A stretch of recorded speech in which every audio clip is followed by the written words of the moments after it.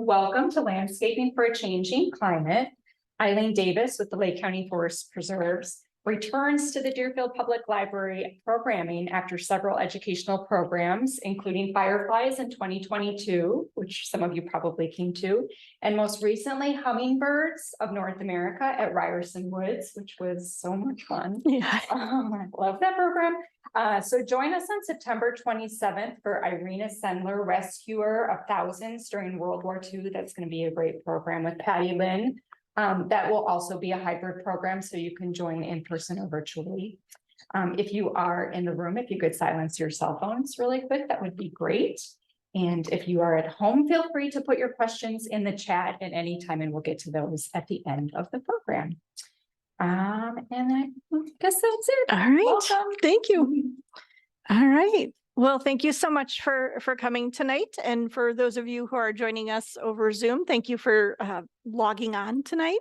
My name is Eileen Davis, and I'm an educator with the Lake County Forest Preserves. I've been with the district off and on in one form or another for about 26 years now. So it's a really fantastic place to work. If you're not familiar with the Lake County Forest Preserves, we are the principal guardians of over 30,000 acres of land in Lake County. And I like to think of our mission as having 4 pillars. First and foremost, the first 2 pillars are preservation and restoration. So we want to preserve and work to restore and make healthy as much land as we can here in Lake County. And then the other 2 pillars of our mission are education and recreation. So we want to make sure that we're providing opportunities for folks to learn about the natural resources that we do steward here in Lake County and how you're connected to them, and then provide plenty of recreational opportunities that allow you to get out into your preserves and really connect with them. I'm very excited to be here tonight. Jamie has, over the last few years, I feel like we're doing a lot more programming together, which is just fantastic. I think we started doing stuff together during the pandemic over Zoom, and we've started adding in some in-person programming. So tonight I wanted to share with you a program that we've developed that we call Landscaping for a Changing Climate. And we're going to take a look at something that is referred to as nature-based solutions for climate resiliency. And we'll get into some vocabulary and some other things as we go along. But I did want to start by just talking at the very beginning a little bit about what the projected impacts of climate change will be, looking in the framework of by the end of this century. So by the year 2100. And I love these graphics that are up on the screen here, because I don't know about you guys, but sometimes when I look at the really technical information that scientists are giving us about the projected impacts of climate change. Oh, sure. I tend to get going fast, so thank you. And I really like when there's a picture that helps communicate the information for me. So on these graphics up here, what you can see is by the end of the century, where the state of Illinois is, there's 2 different colors. The red color is if we continue on the trajectory we are currently on for greenhouse gas emissions. The yellow color is if we're able to curb some of those emissions, and those things are like carbon dioxide and methane and some other gases. So it's projected that in the best case scenario, I guess at this point, our climate will be similar to that of Arkansas by the end of the century. And along with that, there's going to be projected to be increased air temperatures, of course. And as you have warmer air can hold more water. So there's going to be changes projected in our precipitation events, sort of the patterns, mostly wetter winters and springs and drier summers. Those are the projections at this point. We will also probably experience an increase in the severity of the storms that we do experience. And even though it's a little nuanced, but essentially we're going to have sort of long periods of dry, but when we do get precipitation events, we're going to have really intense precipitation events. So lots of rainfall or lots of snowfall. And unfortunately, our infrastructure is built for a different climate. So our infrastructure, our stormwater management systems, sewers, that sort of thing, those are built for rain events that we've had in the past. And you may notice this too, where we won't get rain for a very long time, and then all of a sudden we get a big rainstorm with 4 or 5 inches of rain at once. And that can cause some pretty bad problems for homeowners and our communities. So when we talk about nature-based solutions, it's a way of looking at climate issues through the lens of Mother Nature and looking for inspiration through conserving, restoring, or better managing our ecosystems to not only remove the carbon dioxide from our atmosphere, but are there things that we can do to prevent more carbon dioxide from going into the atmosphere? And there's 2 big sort of buckets of information that we look at in this lens. One is called mitigation and one is adaptation. So mitigation are the things that we can do to remove or prevent more carbon dioxide or other greenhouse gases from going into the atmosphere. Adaptation is what do we do to adapt to the changes that are already happening, and looking to Mother Nature for that inspiration. And again, a big picture, this is something that's going on in really big landscape scale type thinking. And as we go through the presentation tonight, I want to refocus that and scale it down to what you and I can do in our own yards or our own,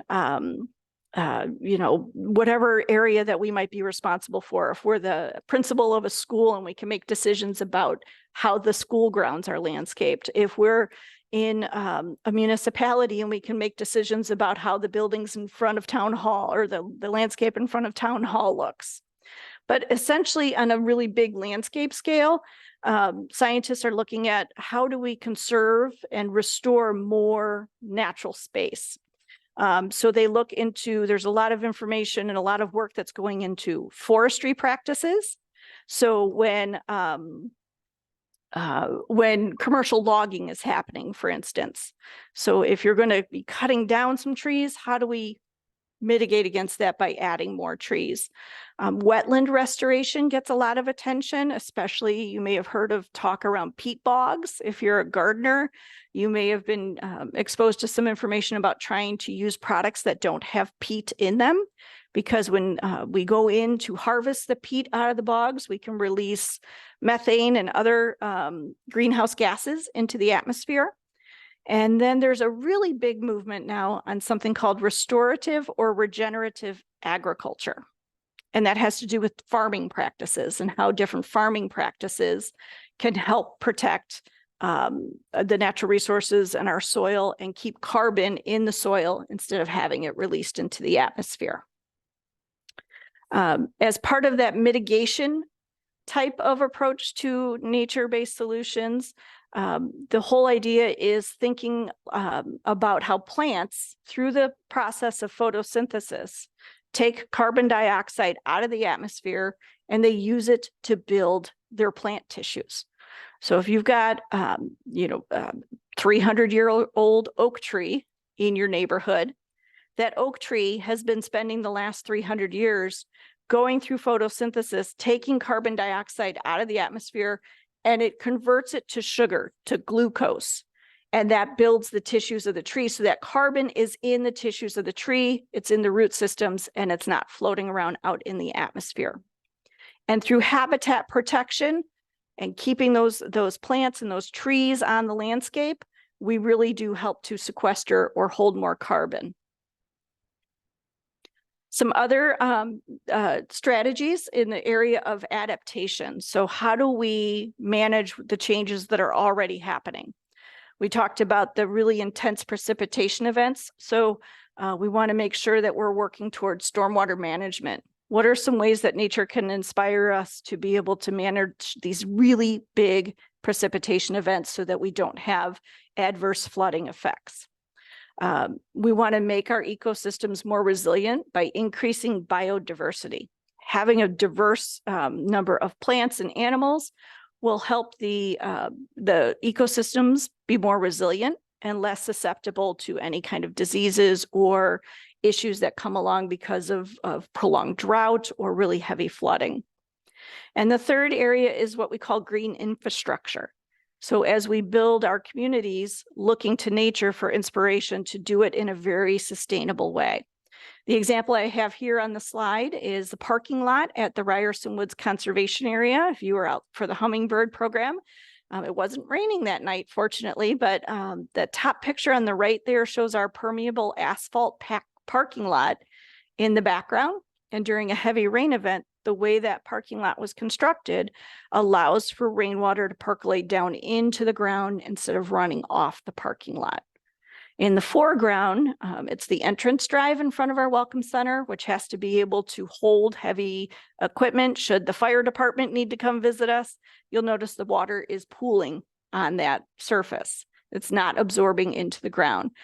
Instead, what we did is we angled that circle drive so that water runs into a rain garden, which we'll talk a little bit more about as we get further in the presentation. But also reducing our heat island effect, the urban heat island effect, by reducing impermeable surfaces. So instead of tons of blacktop and concrete, let's bring in more grassy areas or native plant beds, that sort of thing, where the heat can get absorbed into the ground or even reflected back out, and it helps keep temperatures cooler in the city. You may, as we all experience, downtown Chicago can be much hotter if you're away from the lake than, say, out in the farmlands in Western Illinois, where we don't have as much concrete and asphalt. So before we go into some of these strategies that you and I can use, or what we're doing at the Forest Preserve, I always like to start by saying that we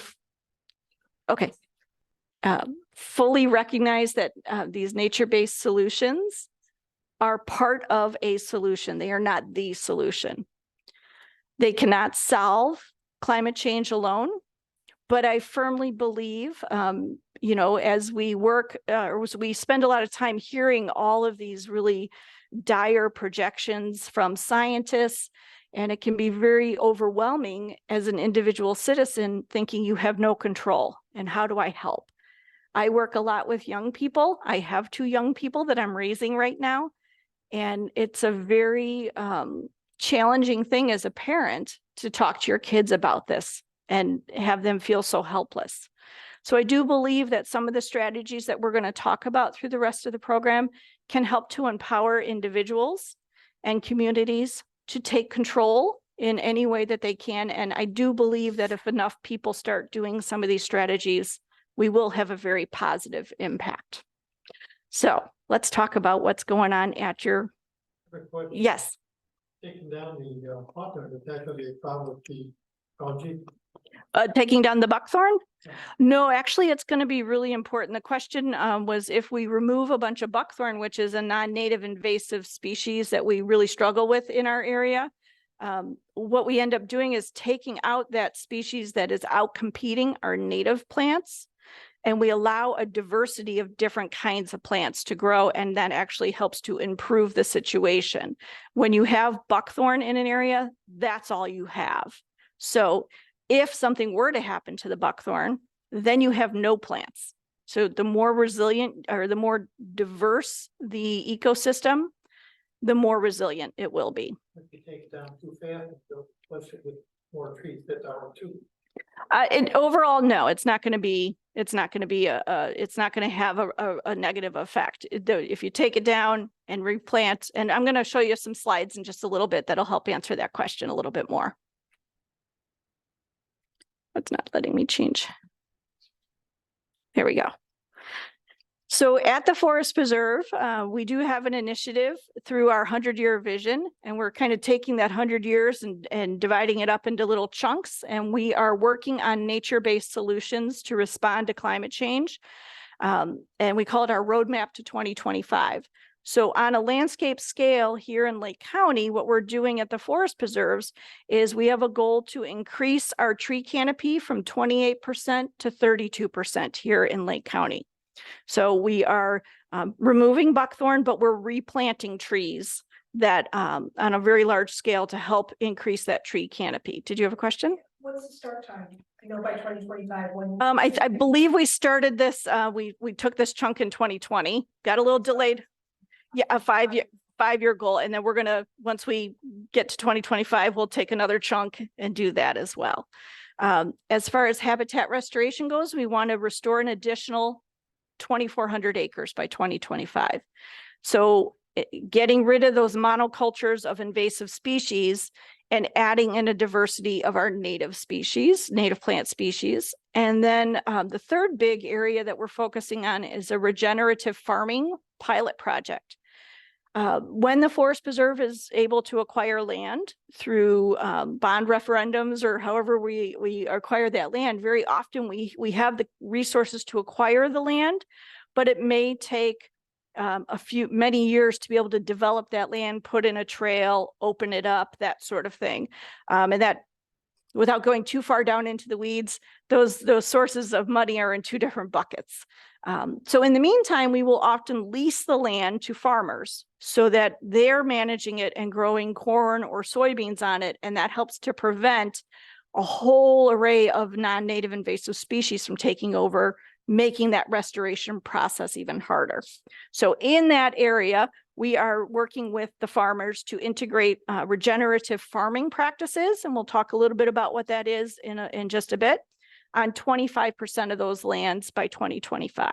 So we're working with those farmers to work a little lighter on the land. The other last little thing that I wanted to mention is that in addition to what we do in the landscape, we want to make sure that if we're talking the talk, we're walking the walk. And so as we look towards times when we may be constructing new buildings, we want to do so as lightly as we can on the land. And an example of this is the new environmental education classroom facility at Ryerson Woods, which should be opening soon. It is a net zero building. Essentially what that means is the building has been constructed in a way that the building envelope is so strong, and some different efficiencies that we've put in is that we will be able to produce as much energy as we need, as we use in that building through solar power in a year. So it's a really ambitious project, and we are on track to get that completed this fall. So once that is completed, we will be inviting everybody to come take a look at it, but it's a real neat process. Lots of really neat technologies too. Yes. Say like net zero, maybe the energy consumption of the actual construction of the building, and if there's an offset with the power generated by it to cancel that out. I don't know the full answer to that question. I know there was a lot of thought and that went into the process of how we were constructing it and the materials that were being used. I believe the calculations for net zero, though, will be based on the amount of energy that we consume versus the amount that we produce over the course of a year. But I can find out more of a better answer to that question. So what does this have to do with what you and I do in our yards? You know, you look at Lake County Forest Preserves, and while we steward 30,000 acres, or a little over 30,000 acres of land in the county, that represents about 10% of the land in Lake County. The other 90% is owned through private homeowners, municipalities, school districts, corporate campuses, industry. So while we have this big initiative to really tackle these climate issues, we can only do so much on the 10% of the land that we steward. So how do we scale these ideas to the other 90% of the county and make them manageable, and that folks would want to take on some of these initiatives? And it basically comes down to what we plant and how we plant it, how we maintain our gardens and our yards. There are things that each of us can do. Tonight, we're going to talk about native plants, rain gardens and barrels, regenerative gardening. We're taking that regenerative agriculture concept and scaling it down to what we do in our home landscape, and composting. Essentially just trying to take as much carbon dioxide out of the air as we can, but also keeping that carbon on our property and not letting it go back out. I'll start with native plants. Native plants are going to be the plants that have been growing here in our area for thousands of years. They were growing here prior to Euro-American settlement. These plants have evolved over many, many years with our local critters and animals and in our local climate conditions. They're very resilient plants. They can handle getting nibbled on by bugs. They can handle periods of drought. They can handle periods of heavy rain. So they're really integral to this whole process. Very importantly are those relationships they have with the native wildlife. Without our native plants, we can't have our native wildlife. This is the slide I wanted to show you. So this is just a cutaway. It's a picture that shows the root systems of native prairie plants. So this is just a few examples of some of our native plants. And as I mentioned earlier, through photosynthesis, these plants are taking carbon dioxide out of the atmosphere, and it's being changed into glucose, which is used for the plant to grow its tissues. So every little tiny root, every leaf, every flower, every stem has carbon in it. So if you do remove the buckthorn and you're able to get these plants established, and these plants, like these prairie plants, can get established very quickly, you're not losing the impact by taking those the carbon out. Again, if you happen to have a shady yard, you can still use native plants. They may not have as deep of a root system, but they are going to go through that, do the same effect of taking carbon out. I have circled over on the right or the far left side, your average turf grass lawn. Very little root system, very short. We usually mow our lawns and then ship our grass clippings off somewhere else. But it doesn't even come close to the impact that some of our native plants can have. And I believe there's somewhere around 40 million acres of turf grass in the United States. If we all just take a little bit of our turf grass away and add some of these native plants, the collective effort could be amazing. So, and of course, I have shown here on the screen native prairie plants, but let's not forget about our native trees and shrubs too, especially big shrubs like, or big trees like oak trees and hickory trees that live for hundreds of years on our landscape. That carbon is being held for all that time. And the roots down in the soil take that carbon down in there and help keep it there as well. When we talk about stormwater management on our own properties, one sort of strategy that you could use is to put in a rain garden. And rain gardens are meant to be put into an area of your yard as sort of a temporary reservoir of rainfall. You direct the downspout towards the rain garden. It holds the water for 24 to 48 hours. They're not really meant to be in the part of your yard that already holds water for like a week after the rainfall. The whole idea here is to have good draining soil. The native plants that you plant in the rain garden are going to make channels down into the soil with their roots, which will allow water to percolate down into the groundwater supply, preventing it from running off into our stormwater management systems, into our storm sewers. Again, any little bit that we can all do is going to have a lot of big impact. And rain gardens will then help to clean the water, as well as helping to keep it on your property instead of running off into our sewers and overwhelming that infrastructure. If you can't put in a rain barrel, sometimes rain gardens, rain barrels are a nice alternative. They may not store as much water as a rain garden would, but any kind of water that you're diverting and keeping on your property is going to help. And also, you can kind of store it and use it for watering your landscape plants during the periods of really dry weather as well.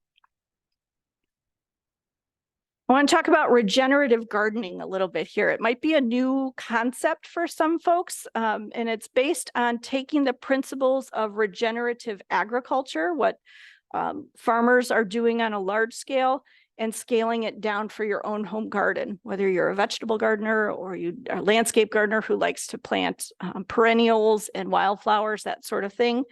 But the basic principles are that you always are working to nourish the soil.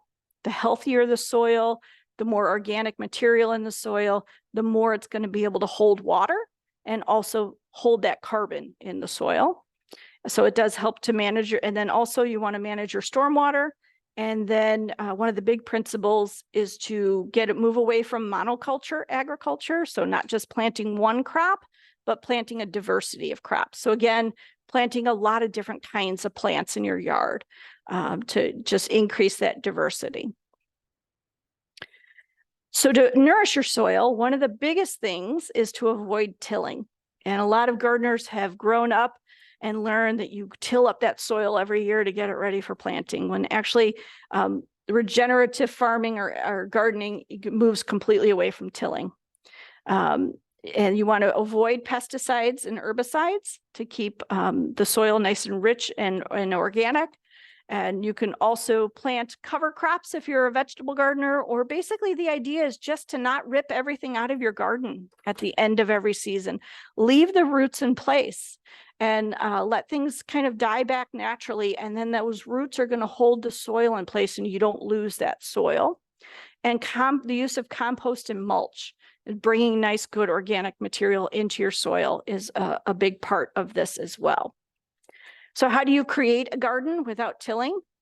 One of the big methods is called sheet mulching or lasagna gardening, where basically I just did this spring when I created a new garden bed in my front yard. I mowed the grass as short as I could get it. I soaked a bunch of cardboard in water. This is not my yard, actually, somebody else's, but I soaked cardboard in water, laid it down where I wanted the garden.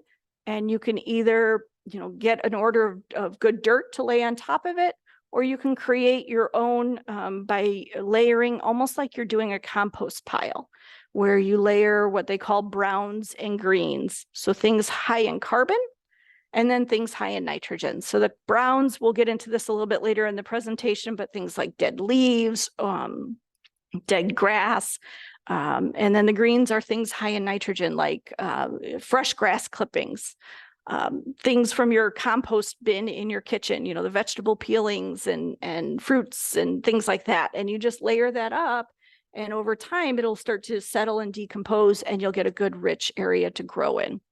Why are we asking folks to do this, and why is it beneficial? Because all of the life that's in your soil, there's so much life in the soil between little tiny critters that are in there, but most importantly are the fibrous little systems of fungus in the soil.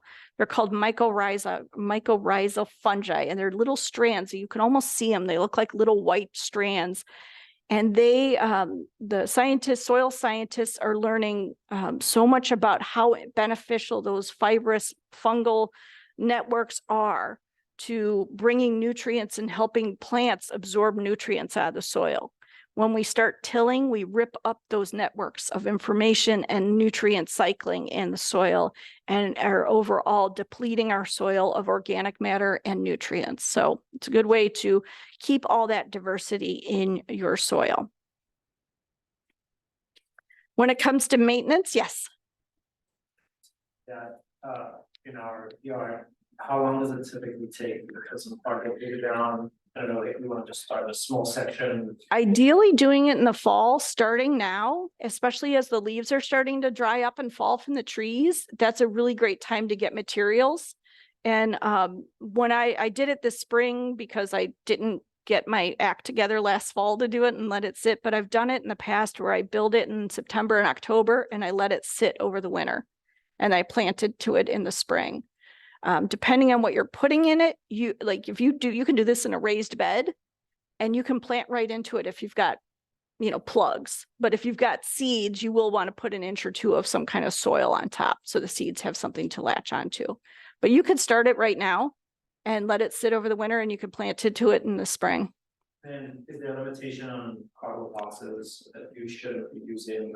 I generally use just plain cardboard boxes, and I take all the tape off.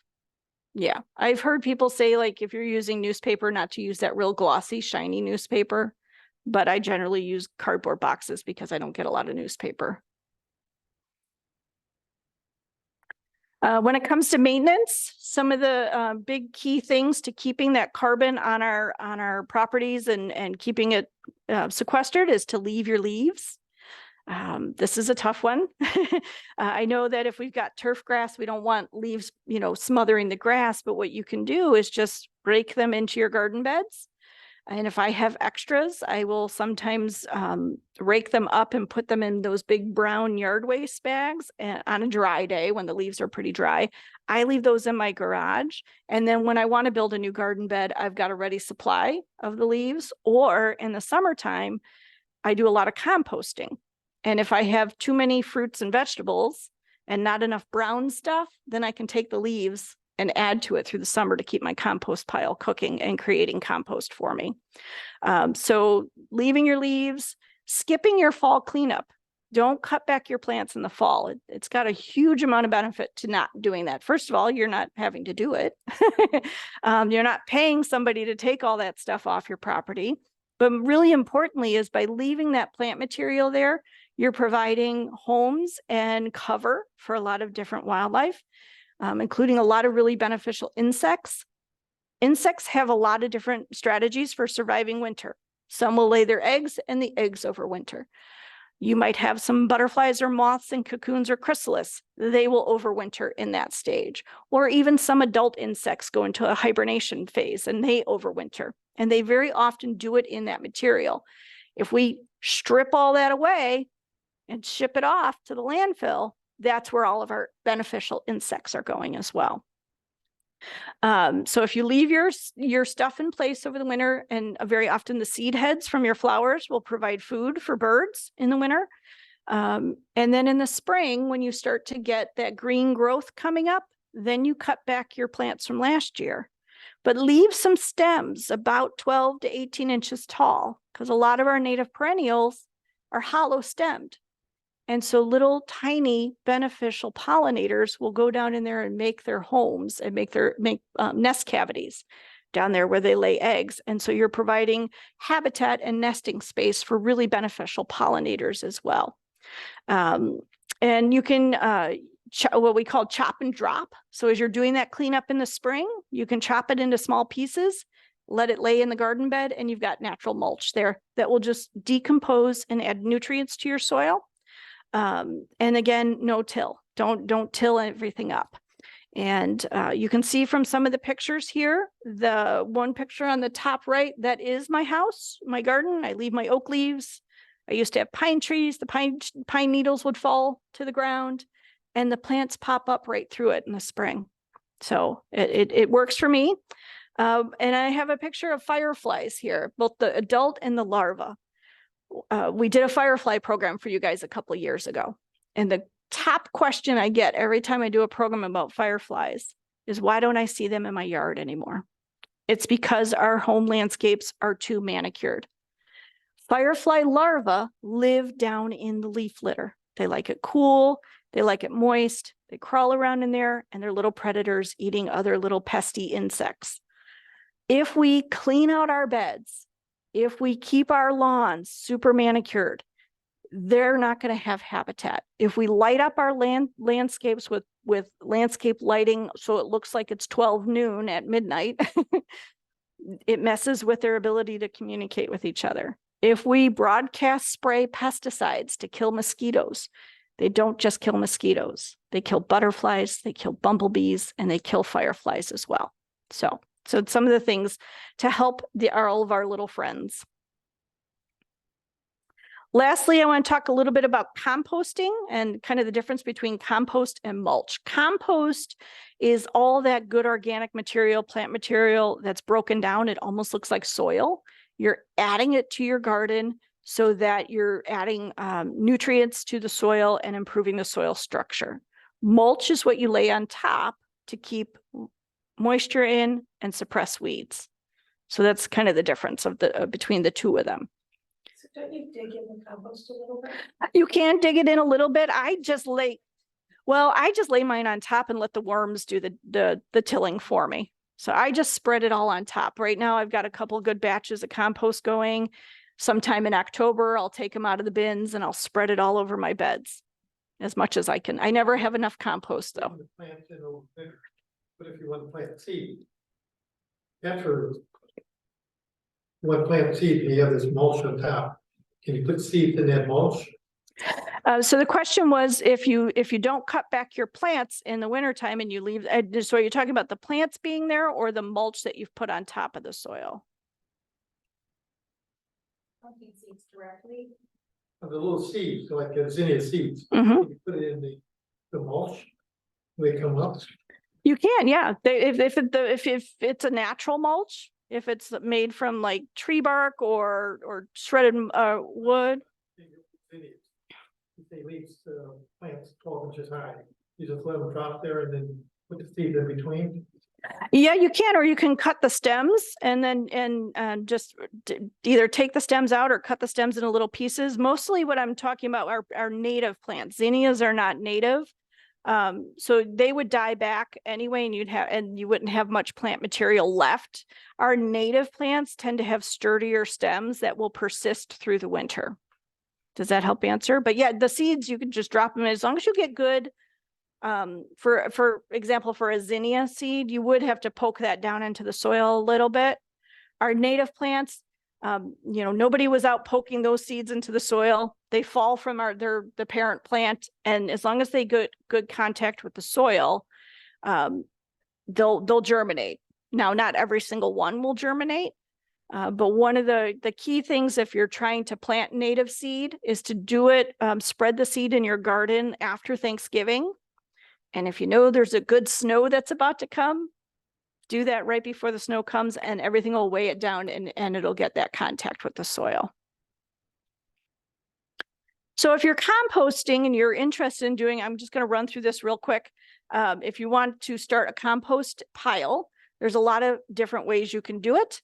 But essentially, you want to make sure that you've got bare dirt that you're piling everything else up onto, because you're going to have microorganisms in the soil.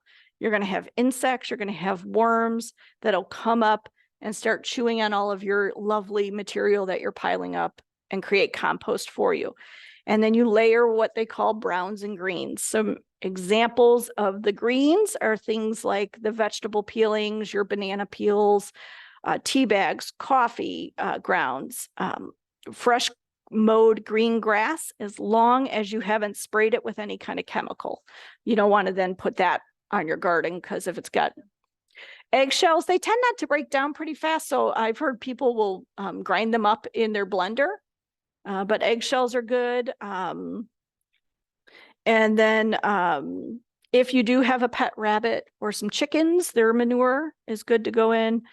Browns are things like hay, shredded paper, cardboard, shredded leaves, or just whole leaves, toilet paper rolls, dry grasses, all kinds of fun stuff. So you just layer them. And in general, you want like a 1-to-3 ratio. So if you've got say you've got, for ease of math, because I'm not a mathematician, if you've got 1 inch of green, do 3 inches of brown. And then you do have to turn your compost, get oxygen in there, make sure it's moist, but not sopping wet. And you'll be able to tell if it's really stinky, it's probably too wet. And what I'll do is add some dried leaves or cardboard, tear up pieces of cardboard. So here's a list of things that you do want to compost. And you can do it as simply as, like in the picture there, it's just a big giant pile that you leave in the corner of your yard, or there's different bins that you can use. These are things you don't want to compost. No meat products, no oils, no pet, like carnivore pet waste. So no cat litter or dog waste, no diseased or insect-ridden plants. You do want to get those away, because sometimes our home compost piles don't get hot enough to kill those diseases or those pesky insects. And of course, nothing that's been treated with any kind of chemical pesticide or herbicide that could then, if you spread that on your garden, it may kill some plants that you're trying to grow. Again, you can just do piles, and there's a variety of different bin systems out there. I have a version of that top one where you spin it, everything stays enclosed. So when you use one of those, because there's no contact with the soil, I throw a scoop of my garden soil in there so that the little microorganisms in the soil can kind of get everything going. And then I have one of these guys that are down in the bottom right. It has there's no bottom to it. It's basically like a cylinder, and then it just sort of contains everything. You do have to turn both of them. It gets air in there, and it also helps to mix all the browns and greens up. And I shoot for spinning my little spinner guy once a week, maybe more. And then the big compost bin I try to turn once a month, but I've gotten bad at that this summer. All right, so I'll take some questions, but I do want to stop and just point out, this is a picture from my garden that is a native plant called bellwort, and it is coming up through an accumulation of many years of oak leaves. So they can come up through the soil. So any questions? Yeah, the question was, can we put coffee grounds in your compost? And you definitely can. And you can even put the filters in there as well. Is there a list of that available somehow? I can get some resources and we can email them out, but I found my information through, it's called SWELCO, the Solid Waste Agency of Lake County. They have a lot of detailed information about composting. Any questions from the Zoom audience? Just giving them a minute or so, nothing quite yet. Question. Yes. When you were talking about regenerative agriculture, it's as a way of kind of keeping the forest preserve lands in action rather than inviting the invasives. Do you have a sense how many acres there are in those fragments that are regenerative?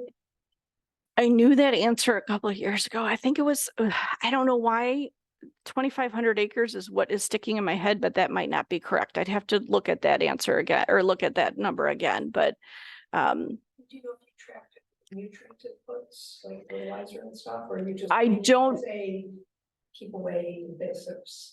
I'm not sure. So the question was on the forest preserve land that is in agriculture until it can be restored, do we track nutrient inputs? And I'm not sure of that. Our natural resources department works more closely with the farmers, so I'd have to look into that. Yes. Do you have resources on, like these methods that you spoke about on how to create these beds and where we can create native ponds? Yes, thank you for jogging my memory here. So the book that I had, this lasagna gardening book up here, is a really great resource for how to do these kind of garden beds, layering the browns and the greens. There's a lot of really good information in there. So that would be that's my go-to. Yes, by Patricia Lanza. It's called Lasagna Gardening. I wonder if you have a copy here at the library. The other thing I wanted to point out is that I did bring one of our brochures called the Healthy Hedges brochure. And as as part of our initiative to help eradicate buckthorn from Lake County in the next 100 years, we wanted to make sure to provide resources and information to homeowners on how you can do that, but also what do you replace it with? So that's what this brochure is here. Lots of different items that you can replace your buckthorn with, because a lot of people who have it in their yards have it because it's a good hedge screening. That's why it was brought over from Europe. But there's a lot of really great native options out there. And we have on October 1st, a native tree and shrub sale that will be happening at the Ryerson Woods Conservation Area from 9 to 2 p.m. October 1st, 9 to 2 p.m. at Ryerson Conservation Area, which is just a little west of here. If you go over the Tri-State on Deerfield Road and take a right on Ryerson, Ryerson. And there's no pre-ordering. You just kind of show up and shop and buy.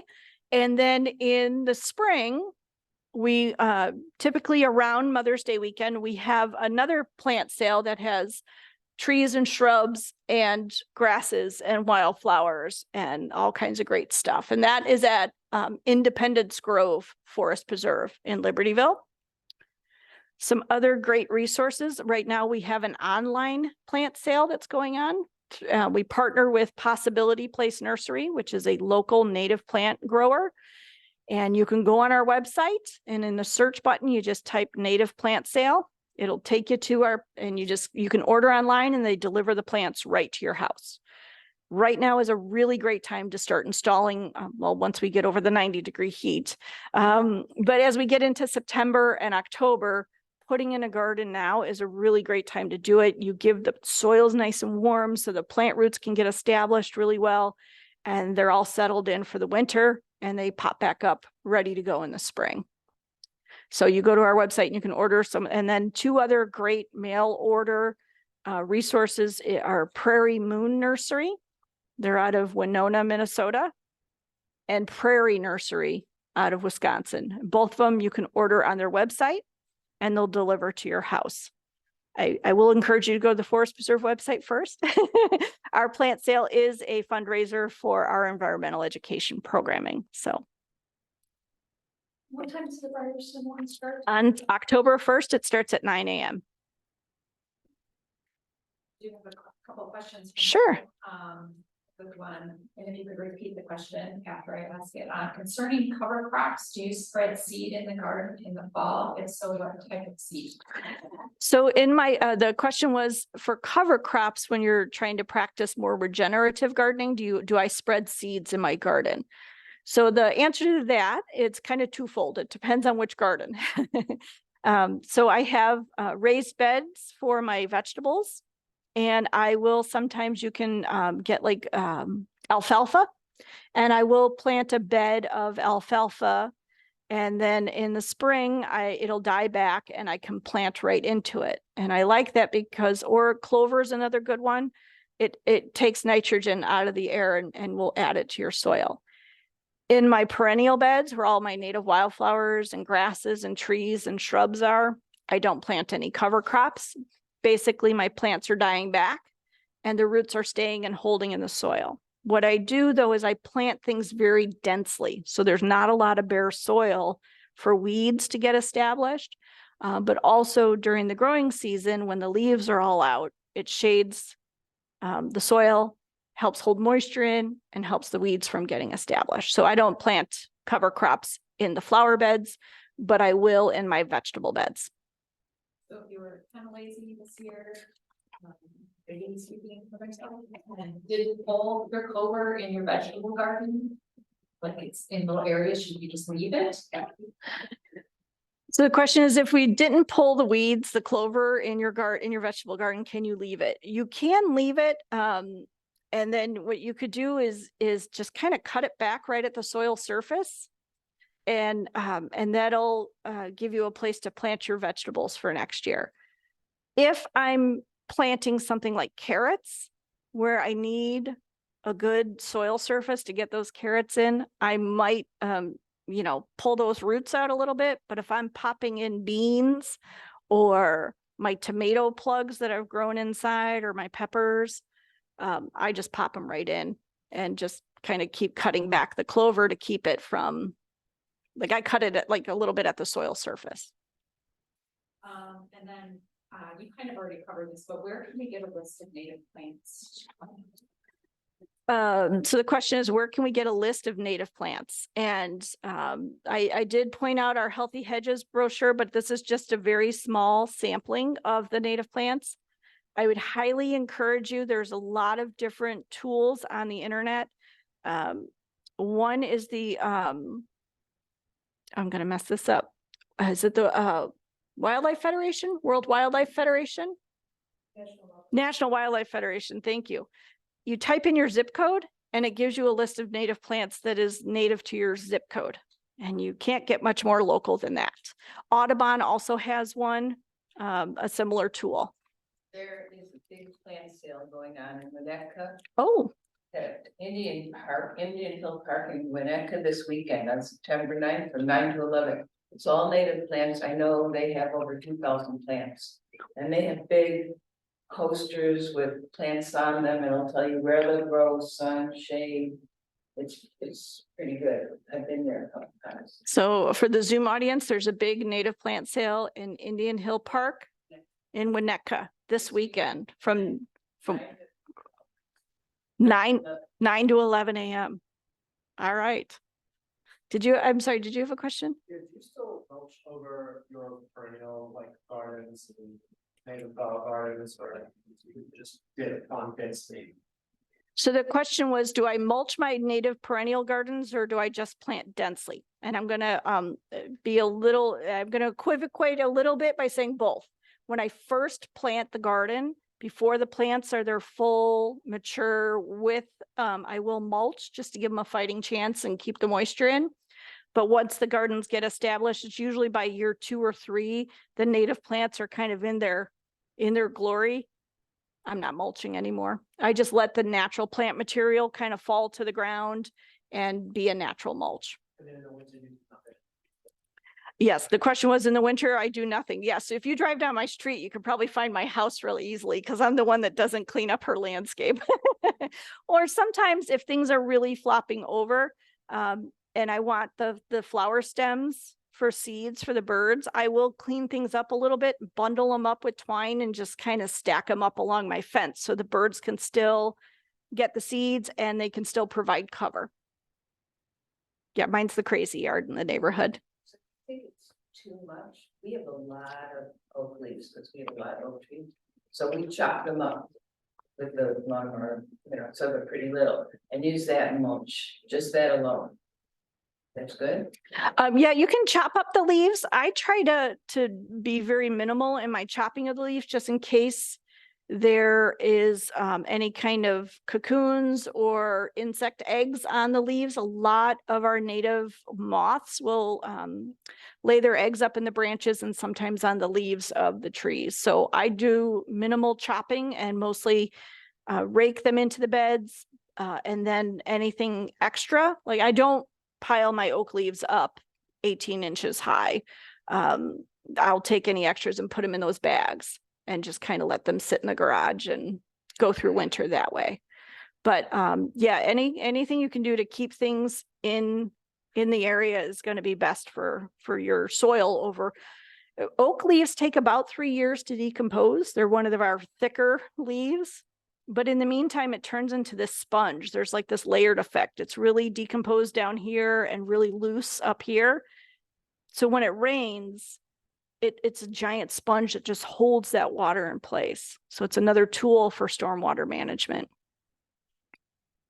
You have another question about creeping Charlie. Oh boy. Is it bad for lawns?